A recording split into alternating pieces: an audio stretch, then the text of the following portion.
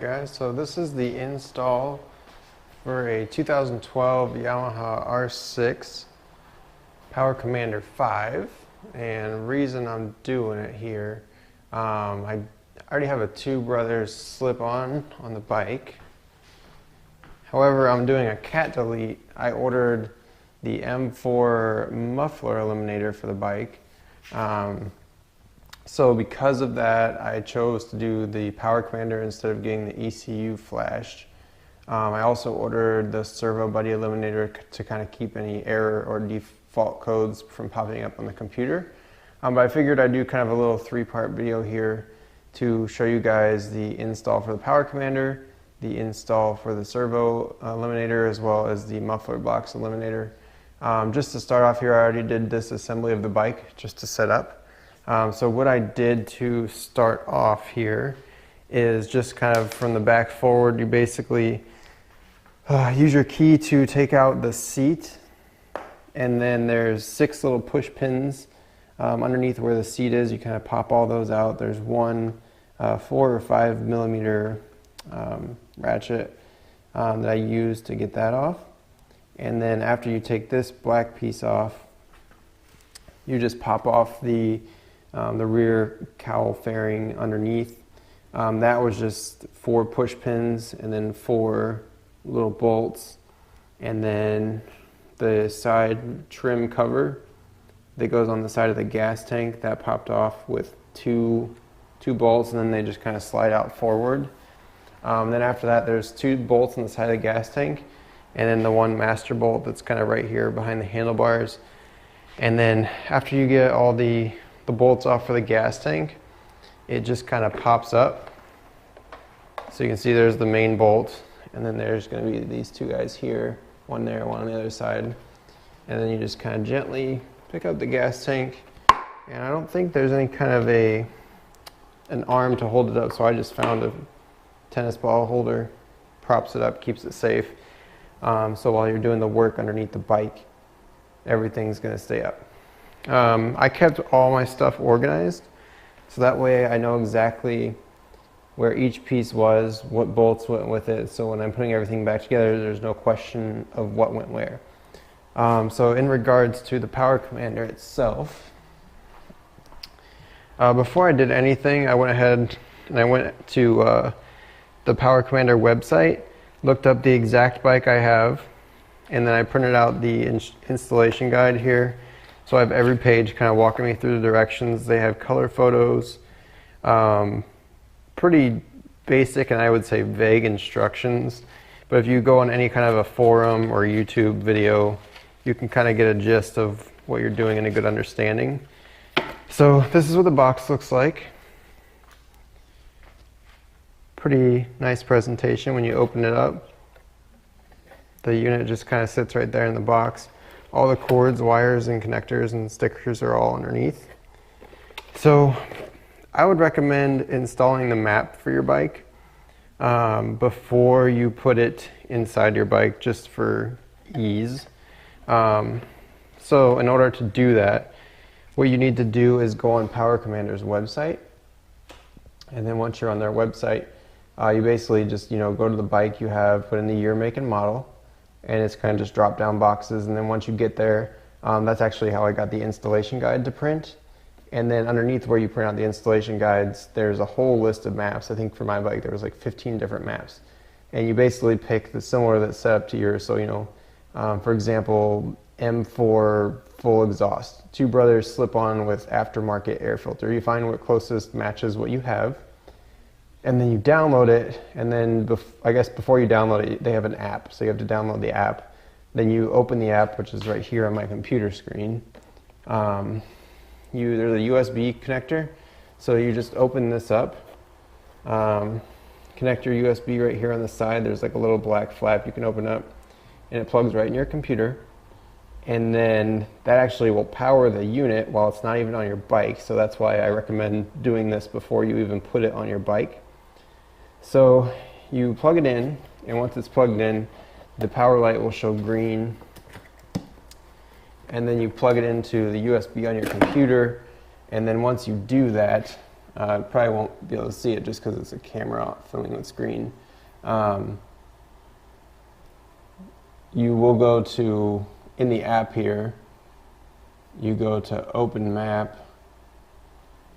After you save the one you want online, you click the map you have, and when the Power Commander is connected, it'll say save map, which say you already have a map on your Power Commander. If you save it, it'll save it to your computer. Or if you have one on your computer that you want to send to the unit, you just hit send map. And at the very bottom on the left, after you send it, it'll say, it takes like 3 seconds to download, and it says map sent successfully. So that's when you know it's on there. So at that point, that's all you need the app for. I mean, it takes 2 minutes to download, less than a minute to get it on there. You unplug it and you're done, and that's really all you need to use it for if you're not doing anything extreme or getting the bike dyno jetted or anything like that. So if you're buying it and then just using it with like a preset map, that should be all you need to do. So that's all I had for that. So next thing I'm going to do, basically the bike right now is ready to go. After you get everything disassembled, the only caveat is there's 2 mounts here for where the fuel tank swivel is. They recommend loosening these bolts so that you can easily slide the Power Commander cable through here. I bet you money that I don't need to do that, and you can just force it under there. I mean, if I had to loosen it, I will, but I don't think it's necessary at this point. So I'm going to go ahead and get the Power Commander out of the box, get it all wired through to where it needs to be.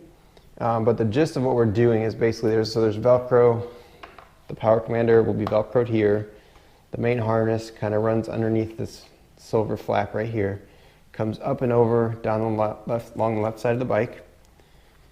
And then underneath here are the connectors where you hook up the main, I guess, Y plug of the unit and hook up to the O2 sensor and all that. In the middle of the bike, to power it, basically you're hooking up a wire to the negative on the terminal, and then there is a blue wire. I don't think it has any tracers, or it has a white tracer. It's number 5 on the ECU. Basically you're splicing into that with like a gray cable that's on the Power Commander. So I'll get everything laid out, and then I will show you guys what it kind of looks like before I hook everything up, and then you'll kind of see what it looks like afterwards. And then if you have any questions, make sure you post them down below in the comments. But really pretty simple disassembly to get everything laid in there. I guess my only thing I'm really worried about, honestly, is not even anything underneath the gas tank. That all seems like pretty easy. You're just kind of unplugging and replugging things. Only thing I'm worried about is splicing that cable, just maybe cutting the wrong one or splicing it wrong or something like that. So I'll do that now, and I'll be back in a second. Alright, so I got everything in, and the way that they have you route it through, again, like I was saying, you kind of, the Power Commander sits in the back under the seat. You route everything under the left side of the bike. I did have to unscrew these 2 screws and these 2 bolts in order to get the wire under there. Kind of ran it down the left side.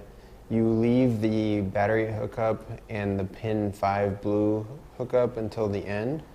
I recommend starting underneath the tank first.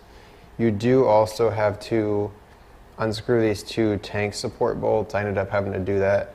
And once you do, you can kind of just push the tank up, back out of the way to the side. Slide the cable under, put it back down, put the bolts back down. The 9-pin connectors were extremely easy. They sit right where the other one did, so you don't really have to worry about moving. Just make sure that they don't block the fuel lines. So I would recommend putting them underneath, not on top of the fuel lines. That way you're not obstructing anything. After you do that, then you come back, you hook up the black line to the negative terminal of the battery, and then you use a posi connector to tap into. So on the ECU, there's a larger connector which is closer to the left side of the bike, and a smaller connector that is more towards the center. So for the wire you're tapping into, it's on the smaller connector, the one towards the center. You can take the ECU out and flip it upside down, around the edges of where all these wires are, there's numbers, and you're going to be looking for number 5. It's a blue wire, and that's what you use the posi connector on. Connect it to the blue wire first, and then put in the wire you're tapping in, the gray one, second.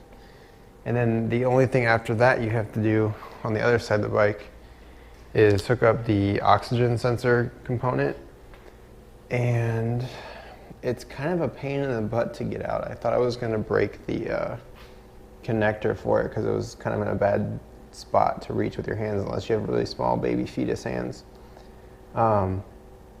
So you hook that up, you can leave the old one just sit, you don't have to take it out, and then you use this two-sided Velcro lock tape to put the box for it up against the frame in a manner that when you are dropping the tank down, the tank doesn't hit it or sit on it funny or anything like that. And that's how you hook it up. It was really actually a lot easier than I thought. It's one of those things that sounds intimidating, and then you start doing the work and you're like, what? That ended up being easier than I thought. So that's the installation of the Power Commander 5. Still had to do my mid-pipe and the servo buddy eliminator, but honestly, I think that was the hardest part, you know, other than, I guess, physically cutting the muffler off. Everything else seems like it'll be pretty straightforward and easy. Any questions, comments, anything like that, anything I might have missed or any, you know, something I might have said wrong, make sure you guys mention that in the comments below. Other than that, I hope you enjoyed this video. Don't forget to like and subscribe here, and then I will get everything reassembled and kind of show you guys real quick at the end what it looks like when it's all done.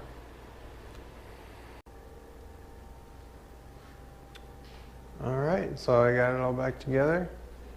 I did go ahead and I started it up a second ago. It started up fine first try.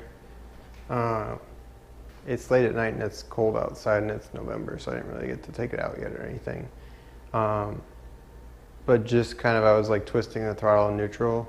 Seemed like it was noticeably more responsive.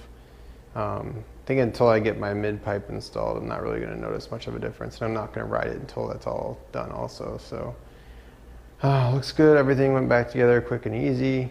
So that's kind of the gist of it. As far as tools needed, I needed a Phillips screwdriver, a 4 and 5 millimeter Allen wrench socket, and a socket extension, and that was it. Really minimal tools, really easy job. Now that I've done it once, I feel like I could do it again like in a third of the time. So that's pretty much everything. Thanks for watching the video, guys. Hope you enjoyed it. Again, any comments, questions, concerns, make sure you guys leave a comment below, and we will see you next time. Thanks.